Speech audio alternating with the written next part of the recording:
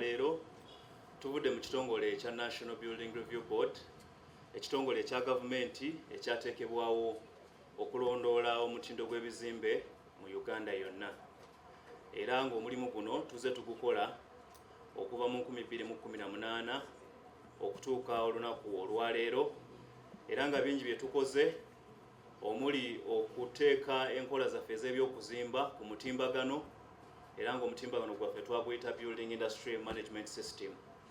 Tulondodde omutindo gw'ebizimbe, tukoze okunoonyereza ku kiki ekiviirako ebizimbe okugwa, era alipoota zaffe nnyingi nnyo tuzibawadde mu bannamawulire ne muzituusa ku bannayuganda.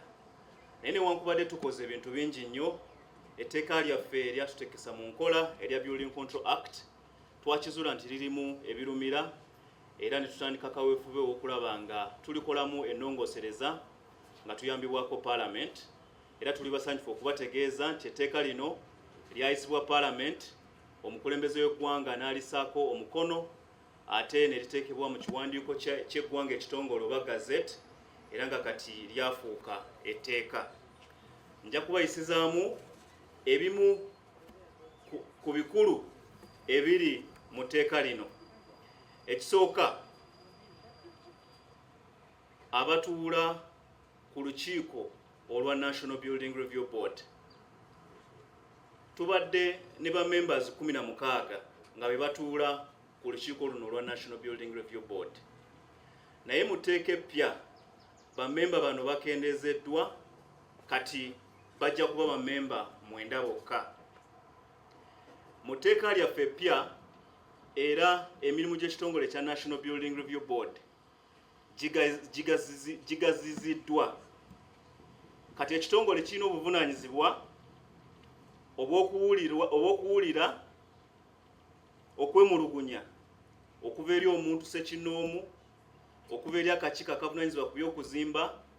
Mu tteeka lyaffe buli kibuga, municipality ne district birina okubeera n'obukiiko obuvunaanyizibwa ku by'okuzimba. Okuwuliriza okwemulugunya okuva eri omuntu ayambako akakiiko kano okukola emirimu gyako oba Building Control Officer. So singa baba balina okwemulugunya ku nsonga ezikwatagana ku by'okuzimba, kati balina eddembe okujja eri ekitongole ekya National Building Review Board ne beekubira enduulu. Ensonga ey'okubiri mu nnongoosereza zino ekwatagana ku buyinza obw'ekitongole ekya National Building Review Board. Obuyinza bwaffe nabwo bwongeddwamu amaanyi, nga kati ekitongole ekya National Building Review Board kisobola era kirina obuyinza okuyimiriza ekizimbe, okulagira abantu okwamuka ekizimbe, senga ekitongole kino kiwabula akakiiko akavunaanyizibwa ku by'okuzimba nti ekizimbe kino kya bulabe, akakiiko ne katabaako kye kakola.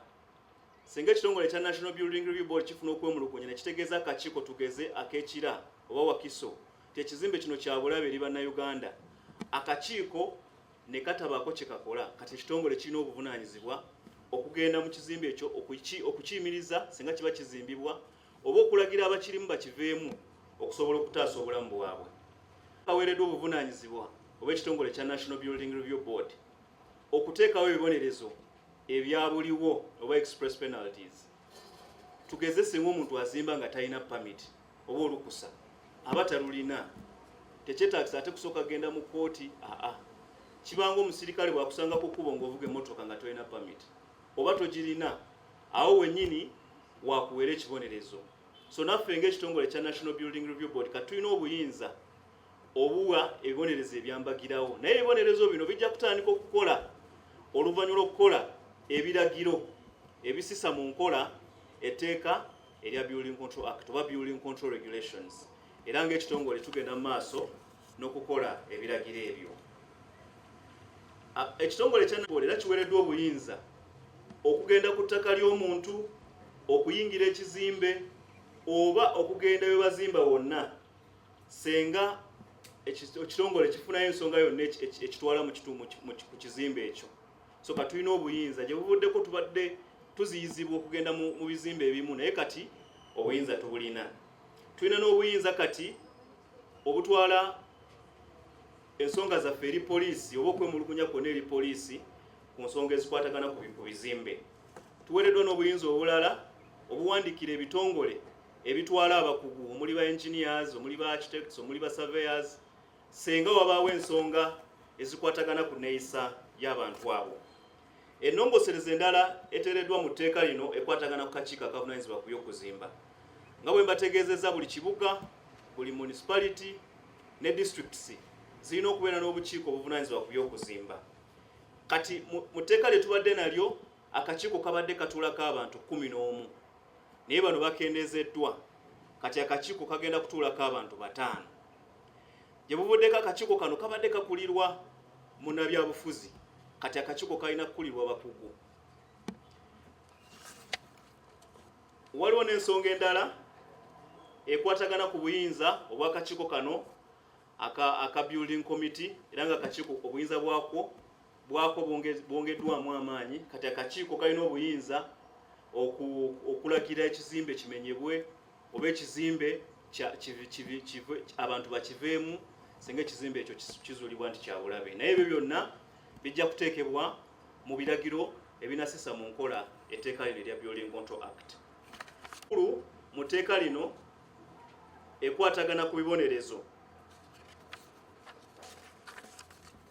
ebyenjawulo ebiri mu tteeka lino nga nabyo byongeddwamu omuzinzi.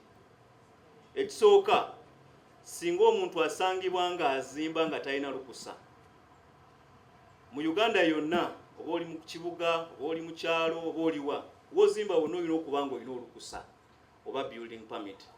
Singa kizuulibwa nti tolina lukusa ng'ozimba, kati mu tteeka lye tubadde nalyo obadde otanzibwa engassi yakakadde kamu oba okusibwa emyaka 2 oba okola ebibonerezo byombi.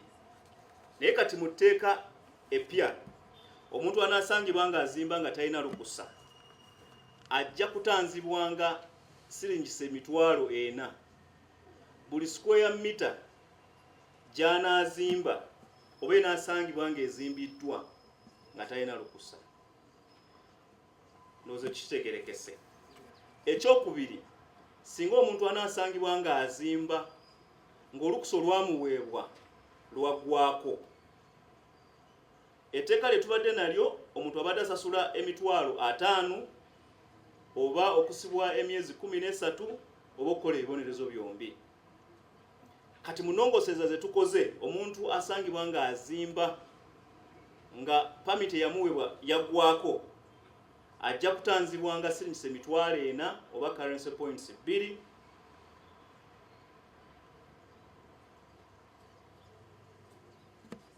ez'ekizimbe kinaasangibwa nga akizimbye ng'olukusa lwaggwaako. Ekyokusatu kiri ku kuzimbisa enkola ezaawerebwa. Nga Executive Secretary bw'abannyonnyodde, waliwo enkola eyali ezze wano mu Uganda emanyiddwa nga STC. Enkola eyo yawerebwa.